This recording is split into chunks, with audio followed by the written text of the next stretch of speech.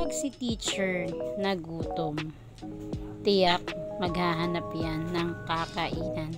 Dahil nga wala tayong lunch for today, so napatambay tayo di sa harap ng Jollibee. At may nakita tayong bagong coffee shop. Di lang coffee shop, may donut pa. Ang Best Lola Ma.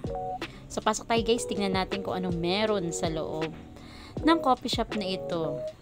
Ayan. So dito pa lang sa loob, kitang-kita na natin na ginagawa talaga ang donut ng kanilang mga kamay. Handmade love donut nga, sabi dun sa caption. So talagang ginagawa nila ng buong pagmamahal yung bawat piraso ng donut. Syempre, para ma-experience din ng customer yung sarap na ginawa ng may pagmamahal. So aside sa ginawa ng may pagmamahal ang mga donut na ito, murang-mura rin po at kaya ng bulsa ng mga puritang kagaya ko. Yes, mura po. So nag-range yung donut nila ng 15, 35, 50. So depende, yung premium po nila nasa 50 pesos, napakamura. At aside doon guys, sobrang lambot talaga ng donut nila. Kalibel niya yung isang sikat na donut. Tikman nyo na para malaman nyo. Syempre, titikman nyo para malaman nyo. Nakalibel niya talaga yung isang sikat na donut. Kaya nga ito nag-viral sa TikTok yung Lola Ma eh. Kasi masarap na, murang-mura pa. So ayan po yung lugar nila, napaka-spacious. Pwedeng tumambay. Sa ngayon wala pa masyado nag-dine kasi nga medyo kulang pa sila sa gamit pang dine-in. Pero soon, sabi nga ni Kuya, ay gagawa nila ng paraan lahat ng pagkukulang. Pero yung donut talaga nila nag-uumapaw sa sarap. Ayan, may pahagdanan pa. Nalate yata yung pag-akit ko dito sa hagdan. Charet.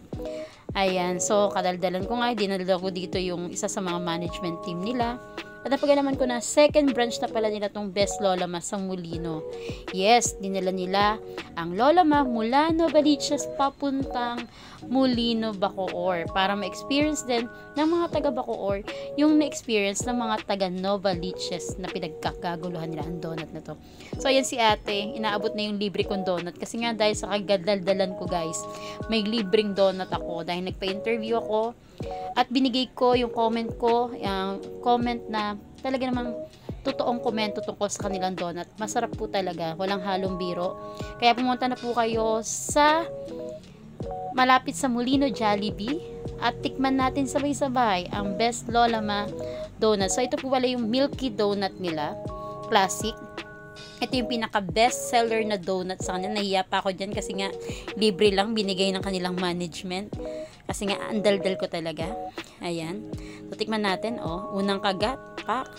'Di ba? Haggardness, kitang-kita na kagagawa lang ng grade ng lola nyo. Pero syempre, bibigyan natin ng makatarungang pagre-review ang donut nito. So sobrang lambot ng donut kung matitikman nyo. And then, sakto yung tamis.